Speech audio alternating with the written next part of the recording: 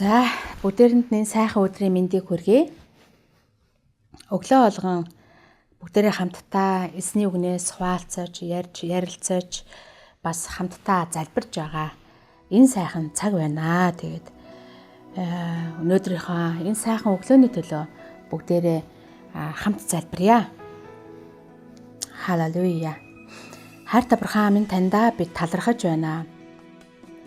Өрүүлж та биднийг сүнсээр нэгтгэж, нэг байлгаж, нэг санаа бодолтой байлгаж, хамтдаа залбирж, хамтдаа таны өмнө ирэх энэ сайхан цагийг, энэ ивэлтэй цагийг та бидэнд өгдгийн төлөө таньдаа баярлалаа. Эзэн бурхан минь, өнөөдөр та бидэнд хандан үгээ айлдаач. Ариунсаа та бидэнд өөрийн үгийг бас ойлгуулж, ухааруулж өгөөч. Та бидэнд мэрэгэн ухааны, мэдлэгийн үнэхээр тэр сүнсийг та бидэнд өгөөч. Есүс Христийн нэрээр бид хамтдаа залбирanгуйлаа. Амен. Амен. За бүгдээрээ өнөөдөр Колосе 2 дугаар бүлгийн 7 дугаар ишлэгийг эндээс би уншия. Заалгасан ёсороо түүнд үндэслэгдэн байгуулагдаж, итгэлээр батчин, улмаар талархлаар бэлхэгтөөн гэж. За Христ Есүс дотор босгон байгуулагдах хийн тулд бид өнөөдөр үнэхээр Христ итгэгчдийн тэр Христтэй харилцаа ямар чухал вэ гэдгийг Паул энд хэлсэн байна. Хэрхэн өсөж, хэрхэн хөгжихийг энд зааж хэлсэн байна.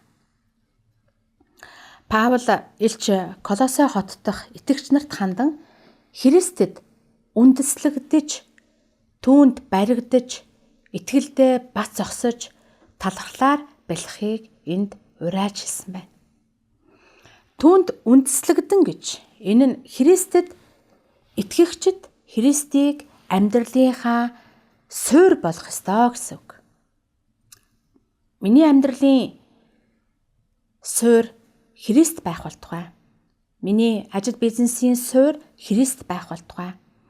Миний үйлчлэлийн бүх талбарт Христ байх болтугай гэсэн үнэхээр энэ гайхалтай эзний үгтэй бүгдээрээ бас амьдрал өөрсдийнхөө оюун бодол хийж байгаа бүх зүйлээ эзний үг рүү үгтэй холбох ёстой.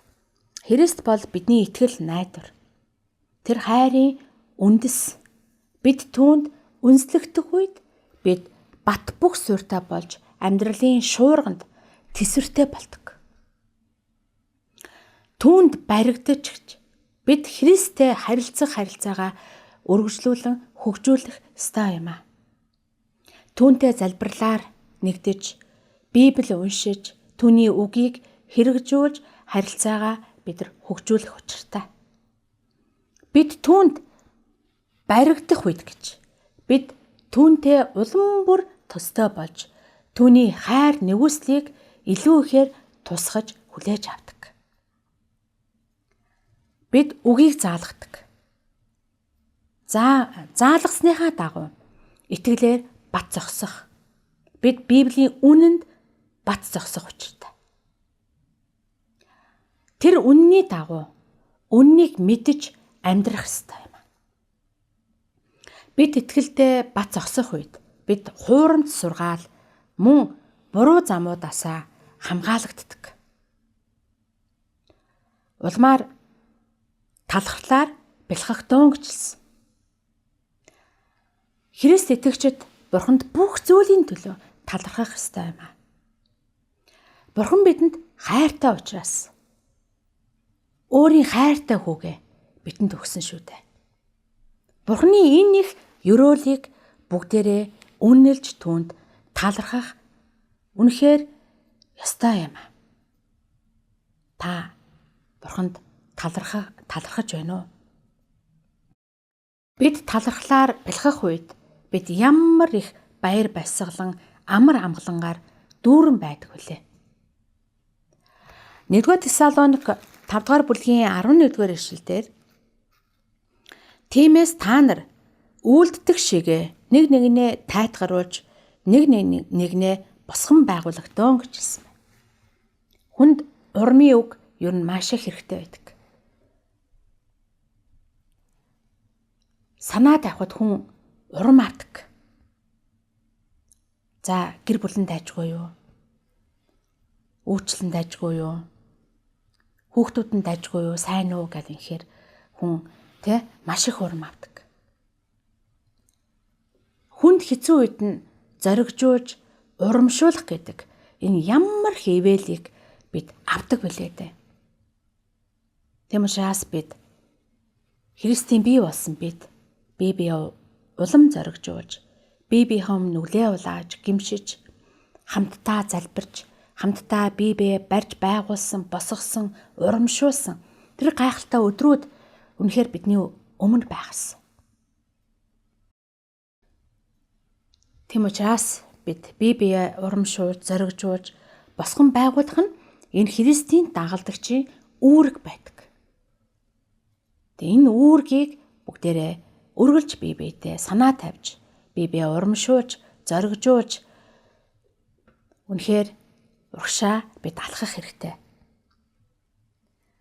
Христ итгэгчдийг Христтэй харилцах харилцаанд өсөж хөгжихийг өнөөдөр Паул бидэнд уриалж хэлсэн байна. Тэгээ бид Христэд үндэслэгдэж, түүнд баригдаж, итгэлдээ бат зогсоож, талархлаар бэлхэх үед бид Бурхны тэр хайр, нэгүсэлд улам бүр ойртож түүний хүслийг биелүүлэхэд бэлэн болдог. Ингэж бид Бурхан дотор босгон байгуулагдаж, сүнс сэтгэл үнэхээр сэргээгдэж, харцаа дээш харж, Бурханы өөрийнх нь тэр мөн чанарт босгон байгуулдаг, урамшуулдаг тэр гайхалтай зан чанараас бүгдээрээ суралцаад, урд байгаа бүх өдрүүдэд Бурхандаа даатгаад, бие барьж байгуулад, урамшуулад, хүнд урмын үгийг хэлдэг, бие босгон байгуулдаг, биедээ санаа тавьдаг тэр үнэхээр гайхалтай бурханлаг, сүнслэг Бурханы хүүхдүүд нь байгаасаа гэж би бас та нарыгаа уриалж байна. Тэгээ бүгдээрээ хамтдаа энэ цагт хамт залбирая. Халелуя Иесус. Хайртай Бурхан минь таньдаа бид талархаж байна. Эзэн Бурхан минь үнэхээр таньдаа талархаж. Үргэлж бид Христтэй адилхан болж, Христтэй харилцах харилцаанд өсөж хөгжихийг эзэн минь бид танаасаа гуйж. Та биднийг сүнсээр үсгэж, төлөвшүүлж, та өөрхөн алдрын төлөө та биднийг хэрэглэж, та биднийг ашиглах болтугай. Бид үнэхээр бидний амьдрал Христэд үнэхээр үндэслэгдэж, түүнд баригдаж, итгэлдээ бат зогсож, талархлаар бэлхдэг тэр л гайхалтай бурханлаг, сүнслэг таны хайртай хүүхдүүд бид байх болно. Эзэн минь таньдаа баярлж, үнэхээр талархаж байна. Таны хийсэн бүх зүйлийн төлөө бид талархаж, хийх гэж төлөвлөж байгаа бүх зүйлийн төлөө бид бас үнэхээр талархаж байна. Урд байгаа бүхий л өдрүүдэд таньдаа даатгаж, Есүс Христийн нэрээр бид хамтдаа залбирanгуйлаа. Амен.